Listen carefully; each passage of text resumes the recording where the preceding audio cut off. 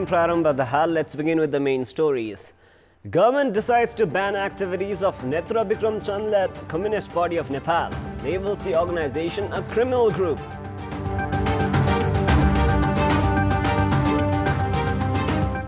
Prime Minister KP Sharma Oli and NCP's co-chairman Dahal agreed to reshuffle the cabinet, pledged to conclude intra-party unification in a few days.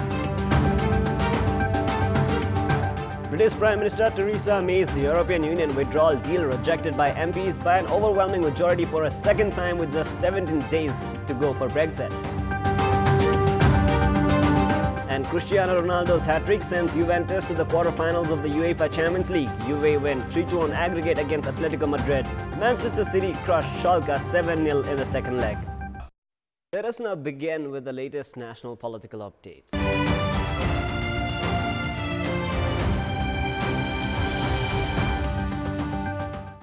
The government has decided to ban the Netra Bikram Chand alias Biplav-led Communist Party of Nepal. A cabinet meeting held at the Prime Minister's official residence, Bhalutar, yesterday evening decided to prohibit the political group, citing that it is a criminal outfit.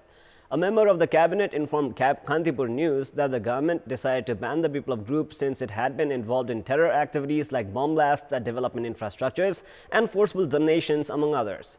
The group led by Biplav had earlier rejected the government's request for negotiation. Chairman duo of the ruling Nepal Communist Party KP Sharma Oli and Pushpakamal Dahal have agreed to reshuffle the current ministerial portfolios by concluding the intra-party integration. The decision has come at a time when pressure has been mounting to complete the party unification process at the earliest. The leaders duo have stated that the need to reshuffle the cabinet has surfaced also due to weak work execution of the current ministers. While initiating unification between the erstwhile CPN-UML and the CPN-Maoist Center, the leaders of both the parties had vowed to complete the integration process within 3 months. However, neither the intra-party unification has completed in even 10 months of time, nor the government has been able to live up to the people's expectations, the fact that has been realized by the party's ranks and files themselves. Prime Minister KP Sharma Oli has transferred the jurisdiction of other government authorities under himself as well. The Prime Minister has recently been indulged in centralizing most of the state powers, including large-scale development projects. However, the institutional arrangement of the Prime Minister's office has remained very weak and sluggish. Premier Oli acquired the jurisdiction of a majority of powerful authorities by himself right after assuming office of the government with 2/3 majority. Although the Prime Minister gained authority of the departments of money laundering investigation, revenue investigation and national investigation, their working modality have remained the same. At the same time, these departments have been undergoing policy-level uncertainties. Likewise, the office of the Prime Minister has so far failed to prosecute or ensure accountability of ministerial office bearers by monitoring and scrutinizing them. We have witnessed that the Prime Minister himself has made repeated directions on the issues like repairing potholes on roads, among others. The Prime Minister has remained clueless on the nature of action to be taken against government officials who fail to live up to their responsibilities. Even a study conducted by an online application reveals significant unproductivity of a number of ministries. The administrative system has been politically aligned as the officials close to the Prime Minister often target departmental ministers for appointment, while the ones from the opposition are assigned at the Prime Minister's office as mere backup to further fuel the weakness of the office. Nepal has lost employment opportunities numbering around 100,000 in Malaysia due to the alleged government's failure in management following actions taken against the middlemen collecting undue fees from the job aspirants. This has not only constricted the international market of Nepalese migrant workers, but has affected the business of human resource companies and aviation services as well. We can take the case of Air Asia, which earlier was operating flights from Kathmandu to Kuala Lumpur, but the airliner has halted its service for the past 4 months due to lack of passengers. Likewise, Nepal Airlines and Malaysian Airlines have reduced their service volume by almost half. Among the major employment destinations of Nepalese workers, Malaysia covers as much as 30% of the country's remittance. Around 100,000 Nepalese workers have lost their jobs in Malaysia in the span of past 10 months. This has also significantly affected the business of 700 out of a total of 1,100 manpower companies. Meanwhile, the government has opted for diplomatic initiatives along with a team of entrepreneurs, including representatives of manpower companies who were dispatched to Malaysia aimed at resuming the employment access. Seeking employment in Malaysia was expected to ease after the government took action against the middlemen involved in facilitating the workers' visas in exchange of illicit fees. However, things have failed to improve even after almost 10 months since the decision. As per the labour agreement forged on the 29th of October 2018, the government of Malaysia has pledged to secure all basic facilities of Nepalese workers along with the provision of cost-free visas. In this connection, experts have warned that the country would face a huge loss in terms of remittance collection unless the government resumes employment access in Malaysia at the earliest. The government has proposed for a single umbrella commission that will make the appointments for lecturers and officials for all universities across the country. The government has proposed to scrap all service commissions established in each university in order to make the appointments more transparent.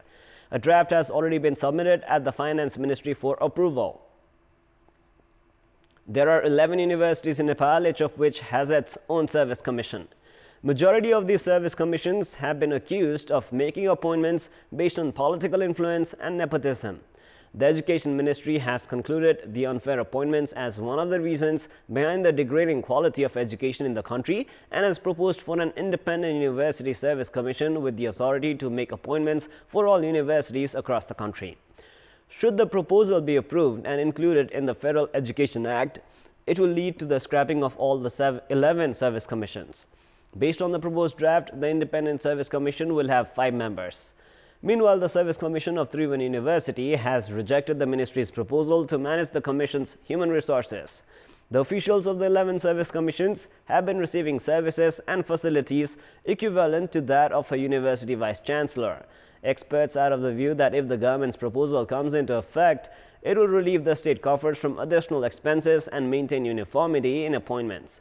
Likewise, the new system would also help in dealing with the degrading quality of education in Nepal.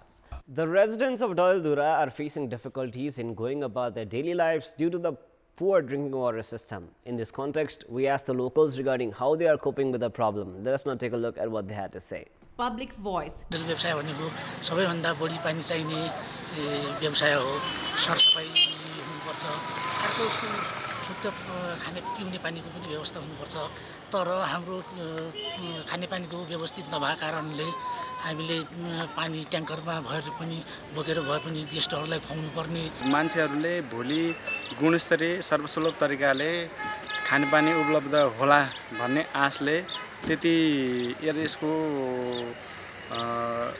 सहेर बसेको स्थिति छ पर्याप्त पानी अभावका कारणले हामीले स्वच्छ खानेपानी नपाउनुका साथसाथै पानीको प्रयोग गर्नका लागि पनि अब ट्याङ्करमा खरिद गरेर ल्याउनु सँगसँगै खानेपानीका लागि चाहिँ पर्याप्त रूपमा अहिले चाहिँ उपलब्ध नभएको अवस्था छ पानी नभएर हामीले कहिले कोठा छैन भन्नुपर्छ कहिले अब सरसफाइमा पनि अब गाह्रै हुन्छ कसरी म्यानेज गर्ने टाइम हाम्रो आधा जति टाइम त पानीमा जान्छ